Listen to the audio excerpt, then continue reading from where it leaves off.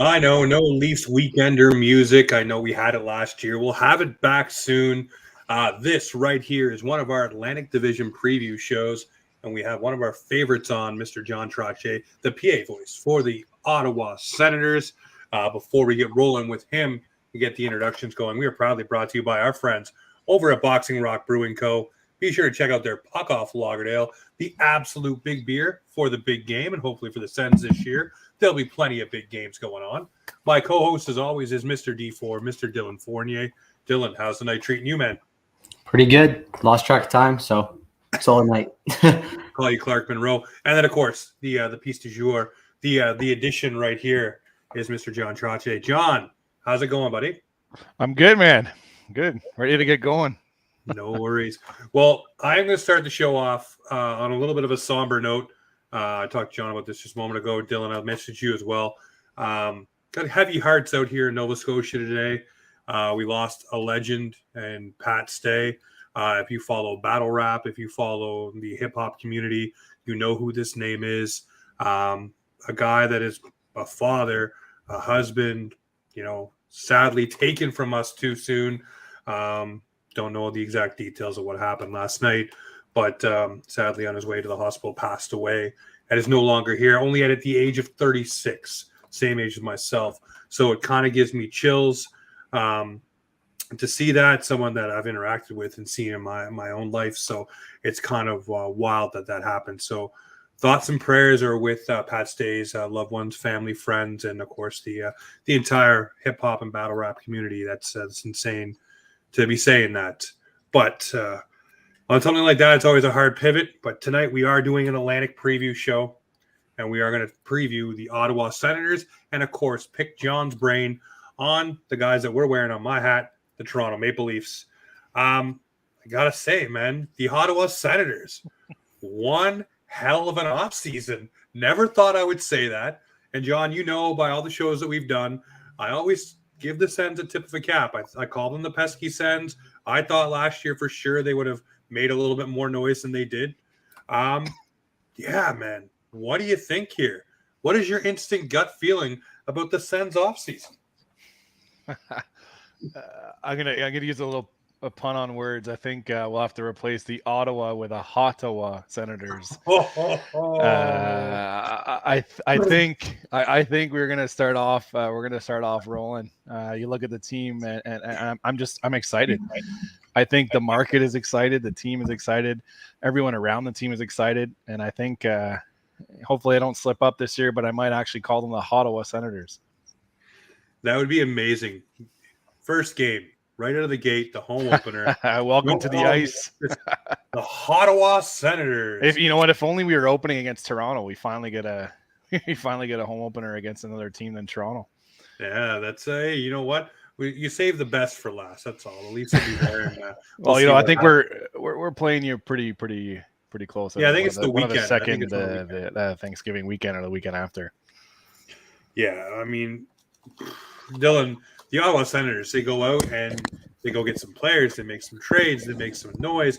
It reinvigorates a fan base that really has been kind of, I would say almost forgotten because we forget how passionate they were. I'm looking at this logo right here, and the battles of Ontario in the playoffs of old were something that everyone got up for. And I know, being a younger man at that time, when the Ottawa Senators beat the Maple Leafs through the regular season, and I mean they would beat the Leafs through the regular season, there'd be some games where they would get handed.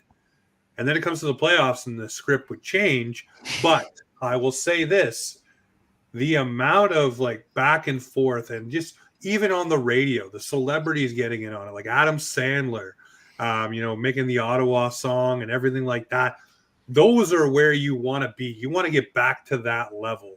And I think with this Sens team, if Talbot holds up between the pipes, which we'll get to, I think they can be a team that really pushes this year, not just the pesky Sens label, but the Ottawa playoff push label. I think it's going to happen. What do you think, Dylan?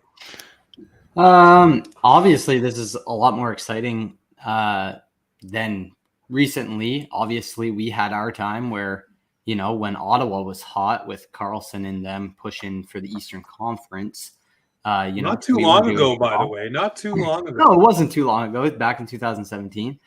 The Leafs weren't doing good, so that rivalry wasn't there. And now that Ottawa took on that rebuild and we were pushing in the right direction, we kind of crossed paths at a point where we kind of both weren't necessarily really good, but obviously the rivalry is always still there. But I think as you watch them getting better here, it's going to be very, very interesting. And, it could make for some very interesting playoff games this year. No, it definitely could, and it will for sure. John, another thing here with the Ottawa Senators that we really haven't seen is them locking up guys and keeping them. For so long it was the Stones leaving, the Carlsons leaving, the Hoffmans. You go down the list. Guys were going. Now guys are staying. To Chuck, Norris, Batherson, just to name Shabbat, to name a few. What does that do in the city? I mean, Stützle was huge. I remember when you guys drafted him, me and you talked right afterwards. But What does it mean to now see these young guys lock in for term? Because as a fan of a team, you always worry about the guys that you groom and bring along that become something leaving. Now the Ottawa Senators have things locked up. That's got to be fun. That's got to be exciting. I think it's rejuvenating the fan base. The fact that guys are sticking around, it really shows a commitment that everyone's in it and everyone's in it together. People are there. People know that we have a potential to be a successful team and people want to buy in. From the top down, everyone's bought in. I think the excitement, like I said earlier, the excitement around the city is the city's buzzing. And it's great. It's great to see. I hope we can flip the script from the early 2000s. The last time you guys got to the first round was against us. So let's hope, we can go for a little rematch and flip the script a little bit. No, it's amazing having guys buy into the program, and I think people are going to love to see the Sens. They're just going to be a fast-paced team, and they're going to give it every game. And that as well. We'll talk more about some of the players that were brought in via trade or signed, like a Claude Giroux. But that as well, getting those players locked in really helps, with sponsors, with all those different little things, getting a new arena built and all that stuff that goes with it. If you have a team that's rolling and dealing and the excitement and the buzz and the palpableness in the city is there, that really helps. And I see these young guys, I said it to you last year, I really thought there'd be more noise, but now there's going to be some noise. And I want to ask you, when you're in the buildings, you're there, what is it like when Tkachuk comes out like Stone Cold Steve Austin and that glass breaks and the arena goes absolutely bonkers? It was wild. It was insane. I guess you're referring to when he signed the extension. When he signed the extension, that was kind of his first appearance. Yeah, on opening night when I announced him back in the building, it was like goosebumps. I think the building just went insane. And the craziest part is that we were playing Toronto, and the building still erupted. Either all the Sens fans just overpowered the Leaf fans, or I think it was just everyone in the building in general was fired up. Whether even if it was, the Leaf fans might have been fired up because the competition is going to be there. Tkachuk is there. They know that he's hard to play against, so it's going to be a lot more entertaining games. But let me tell you, when I introduced him, it was I can't even describe the feeling. It was crazy.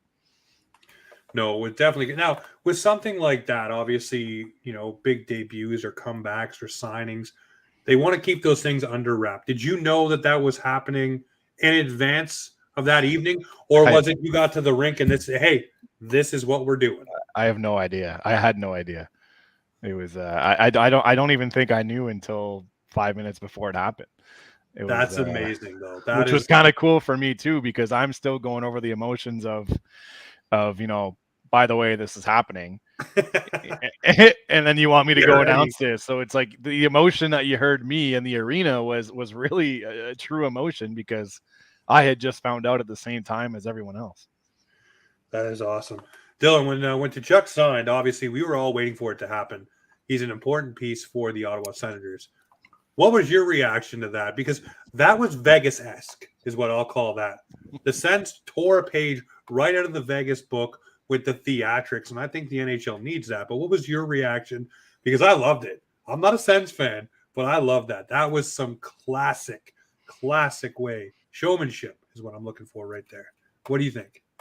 It definitely brings a different aspect to like your experience inside the arena. Obviously, even still watching it on television. You know, I think there's something very special about these Tkachuk brothers. And before Matthew left out of Calgary, I was expecting him to be the next captain in Calgary, but obviously things kind of went left field and, he went to Florida. But these guys bring something else to the game, and they're, Brady's pesky. He literally matches the pesky Sens name. So for them to lock him up long term and for him to represent the team is really, really huge for them. No, it definitely is. And, then you move to what happened during the offseason. One guy I want to ask you about leaving, because I thought he had promise, and really it finally seemed like he was going to be sticking around with the team too, was Anton Forsberg. He really seemed like he hit stride, John, with the Ottawa Senators. He found a home, felt comfortable. The running joke was he played for what I think was 1.6 teams in one season. Barely got a cup of coffee, I think, with the Jets. I think it was, and then shipped over. For you, I mean, that's got to kind of be bittersweet. I liked what he was doing in Ottawa. Obviously, Talbot's no slouch, but what are your thoughts there? Forsberg didn't go anywhere. What? He's still on the roster. I thought Forsberg went to Minnesota. No, you're talking about Gustafsson. Yeah. Gustafsson. Oh, I mean, then you're never mind. My boy, Forsberg's still there. You got a 1A, 1B tandem with Talbot God, and Forsberg. Look at me go. See, I wrote down the wrong name. You had me while you were asking me the question. I was like, shit, did I miss something? And I'm going on the breaking news. No, I had a little bit of a panic attack there. I'm like, I wrote down Forsberg, and I don't know why, but cue that up to the Sunday night needing coffee. Our goaltending, honestly, is I'm feeling good with our goaltenders. I think you got Cam Talbot, you got Forsberg, even you call up Sogard, give him some play. Saw him play in Belleville a couple years ago at Canadian Tire Center. His first games in North America. I think he went 7-0. He's the future, and I think Amanda Laze as well. We got some good goaltending prospects. I think our 1-2, and I mean, arguably it's a 1A, 1B. I think we're looking good. No, sorry to a little buzzkill on your question. No, man. Makes it even better because I really want to know, obviously I like Anton Forsberg, so I just made that very clear. Hopefully he gets to stick around in Ottawa and does get some playing time. The question I have for you then, obviously, Matt Murray goes to the Leafs. We'll talk about that in a little while. But Cam Talbot found his rhythm in Minnesota. Do you think for yourself, just as a fan of the team, obviously, do you think there may be a little bit of a rough patch to start for familiarity and all that different stuff with Cam Talbot? Or do the Ottawa Senators just have their guy? I think I don't think so. I think we're lucky this year that we have 8 preseason games, which is, teams play between 6 to 8. This year we opted to play 8. 7 of them are on the road. So I think there's going to be a lot of team building. There's going to be a lot of practice time together. There's going to be a lot of, time to go through any kind of adversity. I think having those 7 road games, and I think honestly, you don't see starters play all that much, but I think Forsberg and Talbot are going to get a lot more starts than the other prospects, simply based on that, to try to get the rest off, to try to get familiarity, and just to see the kind of competition growing. But I think having 7 preseason games on the road is really going to set the tone for the season. No, I can definitely see that. Dylan, what do you think of the Ottawa Senators goaltending now? I'll ask you as well. Obviously, a lot stronger than we've seen. I do have some comments on Murray, and obviously, I can bring up a comment too from John last year. Oh boy, about something about Matt Murray. So we'll get to that in a moment. But what do you think, Dylan, about this goaltending tandem? And will this be the rock that Ottawa thinks it's going to be? Obviously, what Talbot was doing last year in Minnesota was great, and I think there was a button that was pushed very, very hard on him when Billy Guerin brought in Fleury to kind of push him to be that better guy. And I think it's a similar situation here in Ottawa where you have your 1A and 1B guy, and they're just going to compete against each other. Very, very friendly, but it's going to push the other to be better. I think it's very good for the team.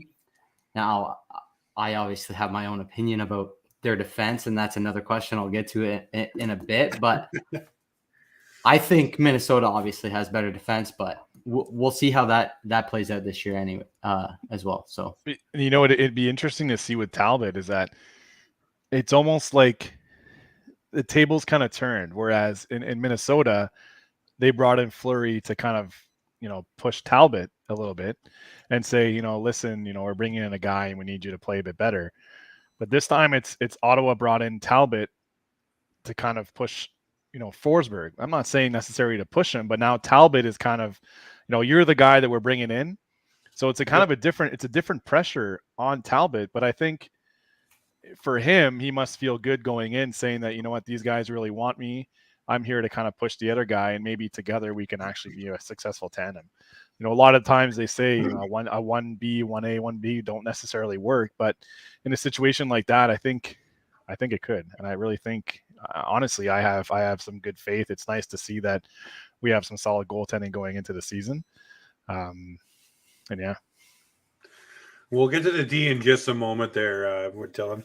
Want to ask about a couple of the offensive upgrades. The reason why I say that is because last year when we spoke, one thing you said that the Ottawa Senators needed was a little bit more goal scoring support. If they could add somebody to help with that, it really would bring them along. I mean, a guy like Alex DeBrincat's really going to ratchet that up a little bit. And then, of course, Claude Giroux as well. First, DeBrincat brings potential 40-goal scoring capabilities, which is amazing. Something the Sens desperately would need. What do you feel there for him? Obviously, I can't wait to hear you do the call because he's going to score against the Leafs. It's just going to happen. And I know I'm going to get chirped by you afterwards, but we shall see. I'm going to text you when he scores a hat trick against you on the first night. Listen, you zing me during the intermissions just because of my videos, and usually Ottawa gets the better of us. And no matter you give it back. You give it back. Oh yeah. No, especially if we win, we'll have a little fun. But Alex DeBrincat obviously brings an element the Sens we're looking for. What do you feel for this guy here? Who do you think, just watching this team, because you're around them, who do you think he's best suited to play with? Is it playing with Stützle? Is it playing with the Chuck? Who is it going to be? Batherson, Norris? Who do you see him pairing up with good? Because I know you watch these guys. I know you're not a coach or anything, but this could be your moment right here. He's gonna play with Jimmy for sure. Jimmy Stu. Those two. I mean, I can't wait to watch those guys play. And I think they're both gonna elevate each other. Whereas, you know, Stützle didn't necessarily have the greatest offensive season last year. I mean, don't get me wrong. He still played really well as a second year player. Yeah. But I think this year having a guy like DeBrincat on his line is going to be incredible. Both those guys are going to put up. They're going to put the biscuit in the net, like the good old terminology there. Hopefully they put a lot against the Leafs.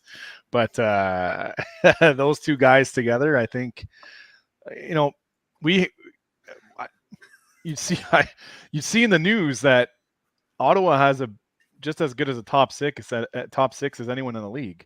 Oh, don't worry. We're going to get to that debate here in a couple of moments. I mean, if you look at you got Tkachuk, Norris, Batherson, DeBrincat, Giroux. I mean, man, it's you almost got looking at that lineup. Sometimes you think that, you know, the first, you know, 3, 4, 5, 6 players, you could be on I might go out a little out of the lane there, but kind of like an all-star team, honestly. Hey, you know what? You're going to quote that, and next year you're going to bring up and you're going to say, remember when you said you had an all-star team? But no, listen, I won't clip you. I won't radio on that. Don't worry. The other guy that you got, obviously, is Claude Giroux. And Dylan, I'll get you to touch on both these guys in just a minute. Giroux is obviously not the, point getter and everything that he was previous, but he is a hard worker. A lot of people were questioning his foot speed when he went to Florida. Obviously, a lot of hard miles on him playing in Philly. But he does come to Ottawa with fanfare, and he is going to be a guy who's in your top 6, like you just said. What are you expecting out of Claude Giroux? Realistically, is it 25 and 25, or is he going to pop off for more? I do like your 25-25 prediction. I think it's good to set. I'd say that's almost a minimum that you get from Giroux. I think it all depends on the power play time. He's obviously really good on the power play. He's going to bring in that veteran leadership. We have a fairly young team, and then bringing in a guy like Claude Giroux, who's not only just a veteran presence. We're not bringing in a guy just to be there on the fourth line and call him a veteran presence. We got a guy who's legitimately an all-star. He's a captain. He's a local product. So it's just an all-around product, an all-around package. You talk about just having Giroux there's just so many different things he brings to the table. The leadership, power play, veteran presence, the community, the amount of marketing that you can do around Claude Giroux into the Gatineau market and just to the local community. You have somebody that legitimately lives in Ottawa that's going to be there, and he's an amazing player. So I think all around having Claude Giroux is an incredible addition. No, he is an amazing addition for this team. I liken it to a lesser extent as like the John Tavares coming home to the Ottawa Senators, so to speak, with Claude Giroux. Local kid, local guy, getting to come to play for the team. Maybe he grew up cheering for. Don't know where those roots lie, but obviously he wanted to come play in Ottawa. So that was very clear. So obviously there's some sort of connection there. Dylan, what do you think? Claude Giroux, Alex DeBrincat. Obviously, they beef up this team. They really do prop it up. Not to mention the young guys we talked about as well. What do you think of these two signings for the Ottawa Senators? First of all, DeBrincat is a top 10 goal scorer, even though he was on Chicago last year. So he brings a lot to that lineup. There you go. He was on one of the worst teams in the league last year, and look how many points he put up. Yeah, I agree. He was playing with Patty Kane. Yes, but Patrick Kane is also on the late side of 30. So it's you imagine Giroux with the young guys on the Sens. It's now. Sorry, go ahead. No, it's okay. I just got to be more. I got too excited for a second there. But you look at this team, and if that's the line, the Brincat, Stützle, and Giroux can dish the puck. He can also beat any goalie out of their pants still. Stützle can sure as hell pass that puck, and apparently he can bat it out of the air and put it in past Campbell. Good thing he's not in Toronto anymore. And then DeBrincat can just dish it in the back of the net like he's a 6'3" juggernaut. But it's obviously jealousy coming from this side of the podcast, obviously. But, if you're picking fantasy guys, I would go for these guys. Not going to lie. I would look for these guys to have a phenomenal year. But yeah, great additions. When you think about it, a DeBrincat, Stützle, Giroux is probably projected to be the second line. How do you have DeBrincat, Stützle, and Giroux on a second line? Yeah, because you have a first line of Drake Batherson, Josh Norris, and Brady Tkachuk. Yeah, it's gross. It is gross. This is what I'm saying is that you name me another better top six. I mean, there are some who are pretty equal. Yeah, but we can play with anyone in the league with that top six. Yes, but yeah, Giroux definitely brings I think it's gonna give Stützle that bigger step this year because of Giroux's veteran leadership. And you know what? That Giroux's coming in without the captain pressure. He's not. Yeah, it's true too. He's coming in here, as everyone knows, he's an older veteran player that's coming to help out.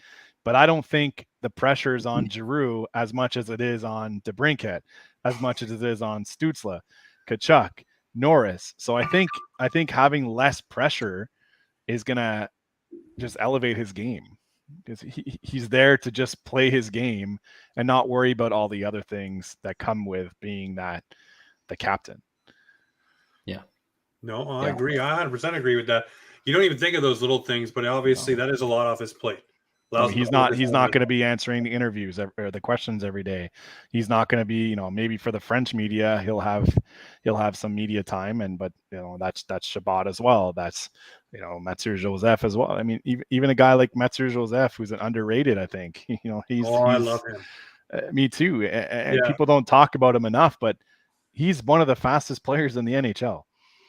I wish the NHL had an actual fastest skater competition with the actual fastest skaters in the league, and not necessarily only those invited to the All-Star game. It would be amazing to see even a guy like Formenton and Metzer Joseph are crazy fast. And I would love to see, even though he's not a Leaf anymore, Ilya Mikheyev. That guy's got wheels too. Imagine an actual skills competition or kind of a fastest skater. You got McDavid, you got, every team picks their fastest player. And have a true, McDavid's going to win it every year because he's always at the All-Star game, but there may be players in the league who are faster. But anyways, now we're getting off a little topic here. It's all right. It's a podcast. But I'm a little biased for being excited, but you look through our lineup and we got a lot of speed. We got some grit on the fourth line. And Well, the only issue I can see, and Dylan's going to touch on this here, is the defense right now. Dylan, you go ahead. I've been running with this one. You take the ball for a minute. So obviously we're talking about the forward group, but I think the biggest problem is defense. You guys brought in the goalie, and the only guy that I really see is your shining star there is Chabot. Now I know that Sanderson is going to come in, and he's probably going to do well this year as well, but I don't see a big shutdown guy there. Off the top of my head, obviously the lineup a little bit more than I do, but do you think goals against is going to struggle this year due to the fact that you don't have a strong decor? I think so Pierre Dorion, I think the other day, answered that question when he was asked we have an adequate defense. And when you have how do I phrase this? I think the puck is going to be in the offensive zone a lot more than in our defensive zone. So right off the bat, that puts a little less pressure on the defense. Yep. When you have better goalies, you do need a bit less. Adequate defense could do the trick. Yeah. I think having the possession in the offensive zone is a big increase. So your question asking me, will we have a lot more goals against? I think no. We're going to have the puck a lot more. We're going to have possession a lot more. We have better goaltending. Yeah. Could we use another defenseman? I'm not going to say no.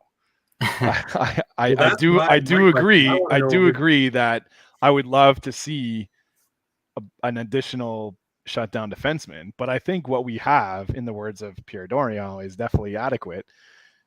We have underrated guys like an Artem Zub that people don't necessarily talk about that much. Too bad. A lot of TikTokers do, apparently. My video went viral last year of me letting the crowd announce the Artem Zub goal. But with Jake Sanderson coming in, he's going to be a stud. Yeah. You have, Chabot, and honestly, Travis Hamonic is a veteran player, and I don't think he's a liability. I think he's the kind of guy that makes those plays. He makes the right plays. Is he going to score goals? Probably not. But having Travis Hamonic on the ice is not necessarily going to be detrimental to the team. Right. So a top four with, Chabot, Zub, maybe a Hamonic, Sanderson, throw Zaitsev and maybe Brandstrom on the third line, or JBD or Lassie Thompson, one of those two guys can get called up. Yeah. I think Lassie Thompson had a pretty good year in Belleville. Would we need an extra defenseman? Sure. I think it's a nice to have. No one's ever going to say no to having they keep talking about Jacob Chychrun. Why wouldn't you want Jacob Chychrun on your team? But I mean, are we gonna play terribly without Jacob Chychrun? I don't think so. I think we're okay. Like I said, having the puck in the offensive zone a lot more than before is gonna help the goals against. Yeah. What I can see with the Travis Hamonic thing too, just to jump in for a sec, Tilly, is I really can see that being like the Ron Hainsey Morgan Riley pairing from the Leafs, where they had that veteran guy stapled to the young guy. I think Travis Hamonic is better than Ron Hainsey. Oh no, I definitely. I'm saying as for a security. I'll give you your point. Yeah.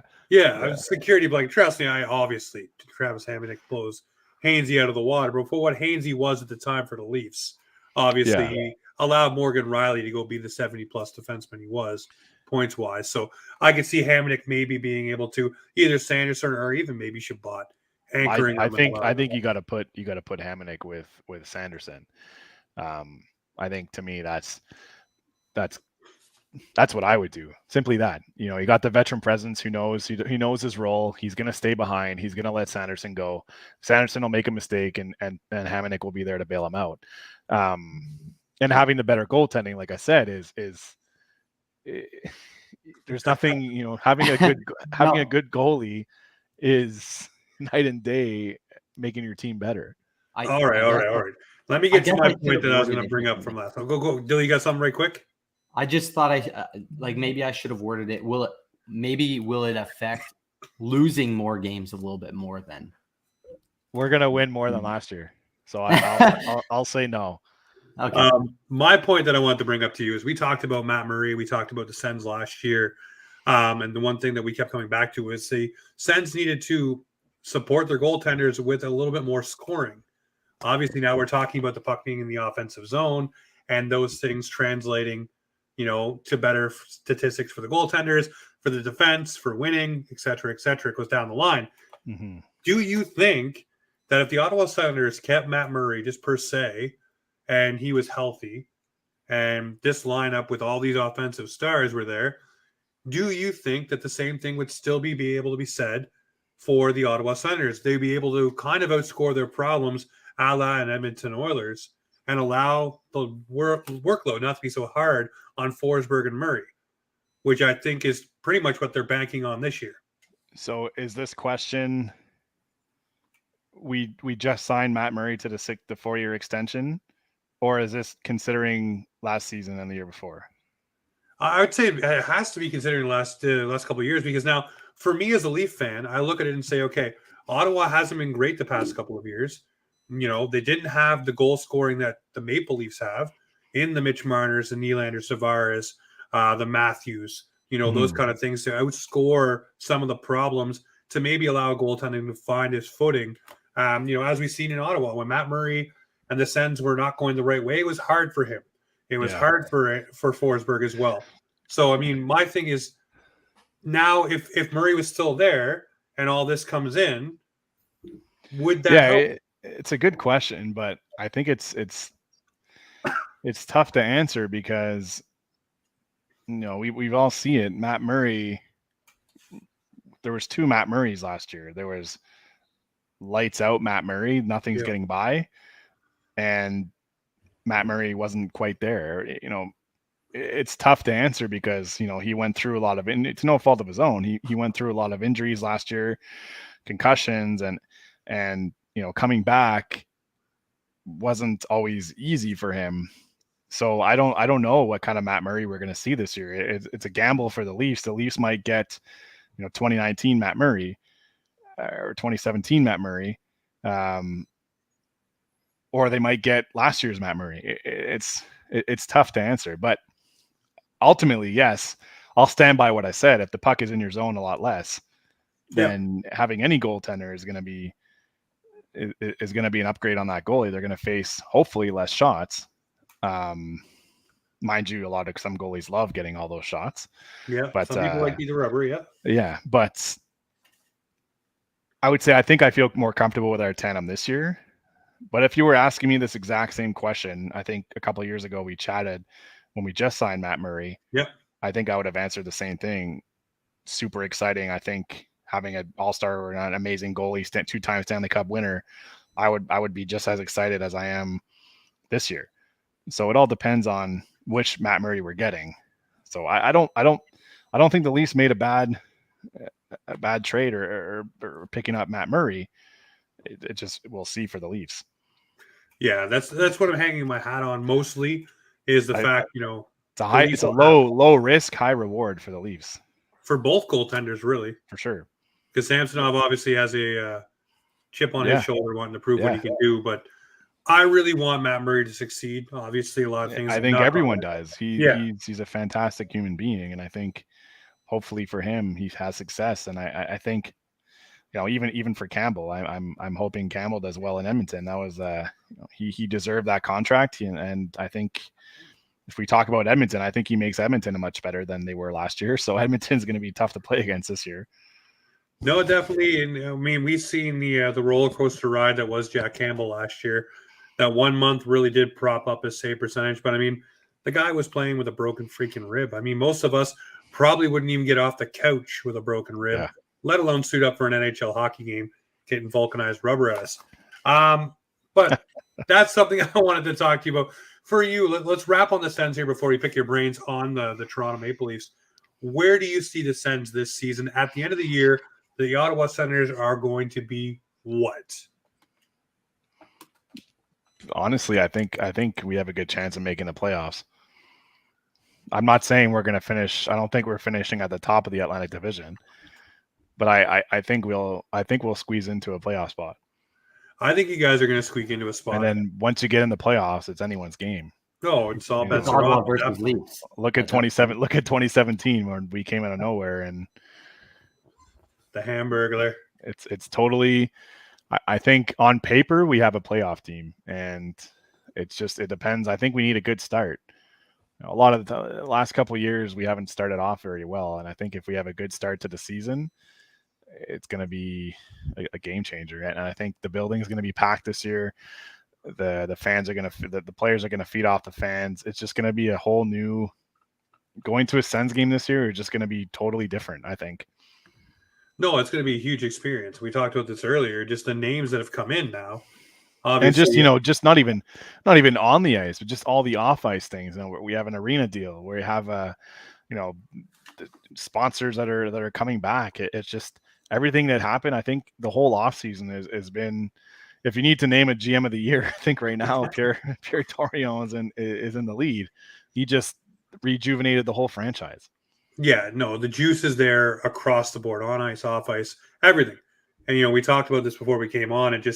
It feels like this organization is taking the steps in the right direction, which is amazing.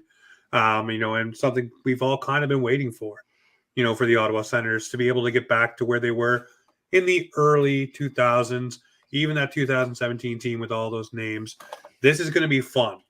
And the team we're knowing they're going to go up against a few times and maybe even face in the playoffs, who knows, is the Maple Leafs. I want to ask you, obviously this team has a huge mountain in front of them that's called the first round. They can't pass it. They can't get over it. Last year we all thought they were beating Tampa. It looked like they were beating Tampa, and 2 high sticks later, they weren't beating Tampa. And then 1 goal called back, they weren't beating Tampa. Things just didn't go their way. And you know what? You still had an opportunity to put the puck in the net. So those things happen. They happen to every team. You have to let them go and move on and figure it out. The Leafs did not. Obviously, they didn't make it through. So I got to ask you, John, you look at this Toronto Maple Leaf team, the Calle Yarncroaks, the Abe Kubels, you bring in some names. You're hoping Nick Robertson hits. You hope Matthew Nyes comes in later on, maybe makes a little noise. You're banking on Matt Murray having a resurgence. You're banking on Ilya Samsonov being a goaltender that can maybe rival what they thought they were getting in Washington as an Andrei Vasilevsky light at one point in life. What do you think of this team? And is this iteration any better than last year's team to say that they can get over the hump?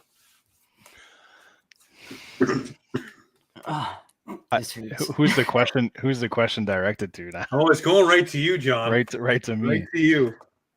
I don't think the Leafs are better, and I don't think they're worse. So they basically just did this. So the Leafs, the thing about the Leafs is that they're kind of like an NBA team, maybe, where you have, in the NBA you can have 2 or 3 really good players and you're going to win championships every year. Hockey's not quite like that. I think Toronto has too many stars and maybe not enough complementary items or players. All right.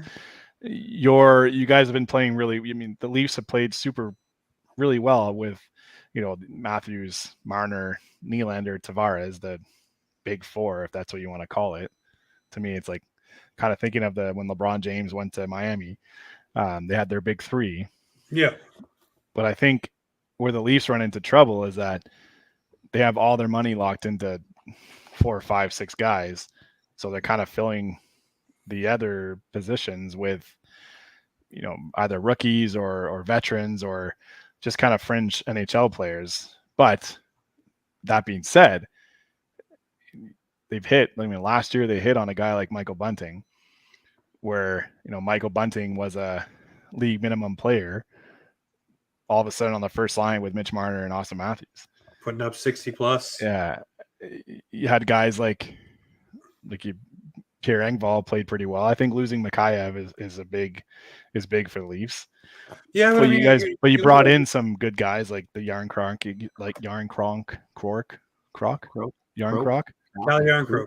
have to learn that. Bringing in him, I think, was a pretty good move. I think your core, you still have the same core. Yeah. You may or may not have upgraded on goaltending. We'll see how it goes. I think you knew what you had with Jack Campbell, and this year you don't know what you have with Matt Murray. You could have all-star Matt Murray, or you could not. So I think that's a pretty big risk. Sorry, it's a low, like I said earlier, low risk, high reward. Yeah. Your defense, pretty much the same. I think it's exactly the same. I don't think you guys brought in. I don't think you brought in any defense. We brought in a couple of fringe guys like Jordy Ben and Victor Mete. Right, true. But you still have the Riley, Liljegren, Muzzin, Brody, Giordano, and Justin Hall. I think a full season of Giordano is going to say something, though. I really do. Yeah, you guys got some juice in the tank. It's not Joe Thornton. But I think the Leafs are going to be the Leafs. They're going to make the playoffs. It's just what happens in the playoffs. Selfishly, I hope we play the Leafs and we turn the tables and we eliminate the Leafs in the first round. Listen, I was waiting. If that happens, we are not doing another show.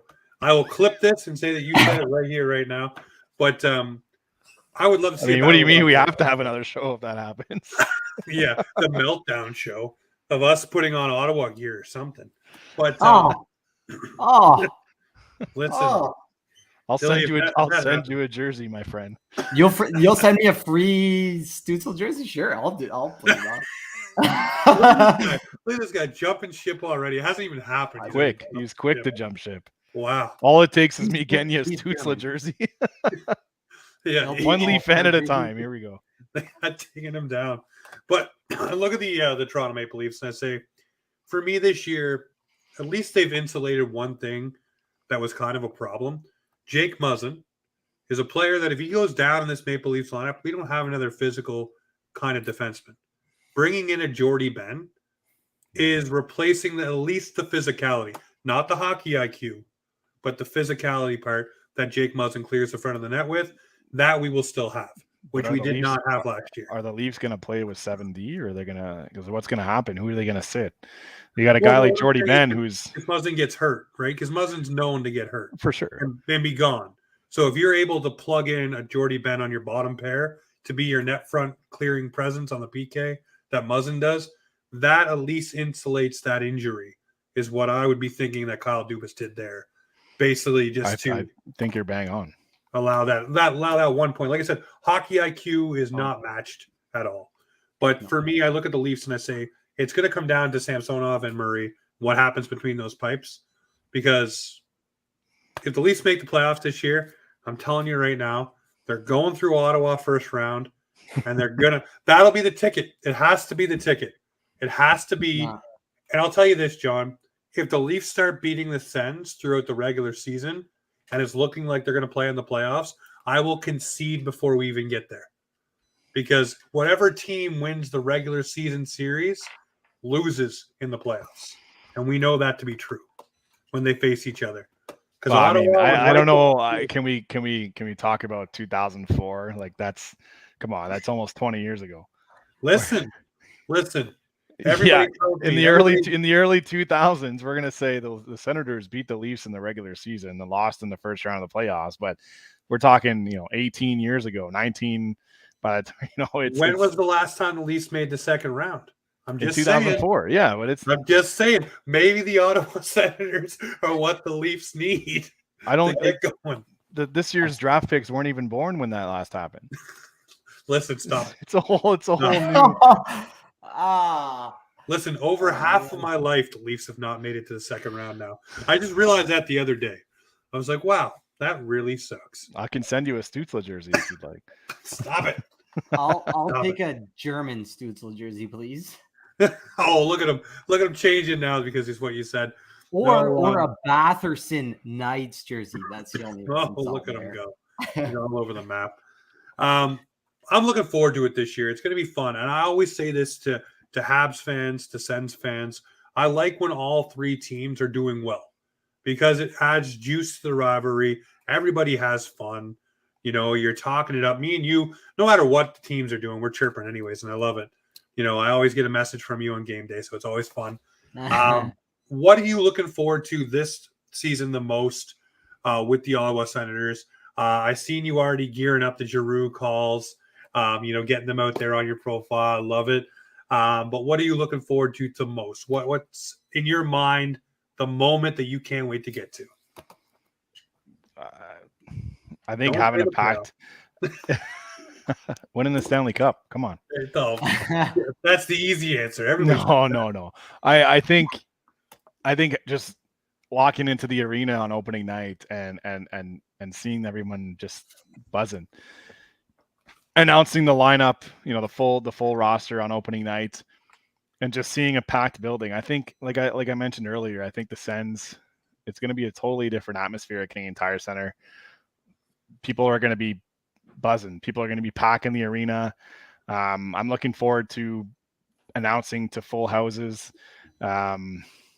Just seeing the excitement around the city. Like I said, it's a totally different era of Sens hockey. I wish the logo would have changed this year. This bringing back this logo, it's almost fitting. It's almost fitting that it would have happened this year because it's a totally different franchise. I just find it's a different Ottawa Senators, and I think people are genuinely excited. You heard after the Giroux signing and after all the extensions and the arena deal and all that just season tickets, I think it went up 50%, or guys were getting, sales staff were getting phone calls like you couldn't believe. Jerseys are flying off the shelves. You're seeing excitement, genuine excitement around the city. And I think that'll transfer into the arena. And I hope that it'll transfer into the on-ice play as well. We have an exciting team. It's just, and like you said, it is great when all the teams in the division are doing well because the competition is there. People are going to be tuning in on Saturday night to watch Hockey Night in Canada. People are going to be tuning in. It's just going to bring the whole community together where people that I think may have turned off the Sens for the last few years are interested again. And I think that's just what I'm most excited to, is to see the success of the franchise. We kind of turning the page into a new era. I'm super looking forward to it. Me and you've talked numerous times, so I want to see the team do well. I don't want them to beat the Leafs, obviously, but it's more fun when the Battle of Ontario has that extra flavor and sass and to it would have will. mean something, and it's going to mean something this year for if sure. the Sens are in last place and we're playing Toronto, the buzz isn't quite there, and I think having the Sens be that much better this year is going to make those games that much better to watch. Yeah, no, I cannot wait for the season to start. I can't wait to hear you call some goals. Can't wait to get chirped when the Leafs are down 5-1 after one, and they've shelled Murray in his return to Ottawa. Because you know what? That's written in the stars. It will either he will stonewall them, which the Leafs really don't get the goalie teams too often, or we'll get lit up. So, and Nikita Zaitsev will probably have two just to add the sting to it. So, John, I want to thank you so much. You're always so graceful with your time. You always come on the show. We have fun. We talk about things. Where can people find you? And obviously, where can people see you? At Canadian Tire Center. I'm so used to asking get your season tickets. Let's go. Get your season. Buckle up. Dylan's already got it, man. Dylan's going to get his own. Your Stützle jerseys in the mail, buddy. Ladies and I'll send gentlemen, you my address right away. This is Offside Hockey Talk. We're proudly brought to you by Boxing Rock Brewing Co. The big beer for the big game or the big season that is around the corner. This is a wrap on our Atlantic Division preview for the Ottawa Senators with our guy, John Trottier, the PA voice for the Ottawa Senators. And this is Offside Hockey Talk, where hockey comes to talk.